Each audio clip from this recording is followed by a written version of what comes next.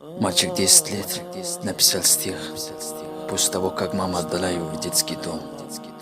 Мама, ты прости меня, чтоб тебя я в жизнь помешал.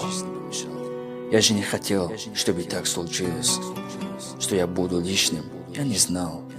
Мама, мне прости, что нелюбимый. Я какая-то уверена, не такой. С первого мгновения несчастливый, идеалем мира, этого чужой.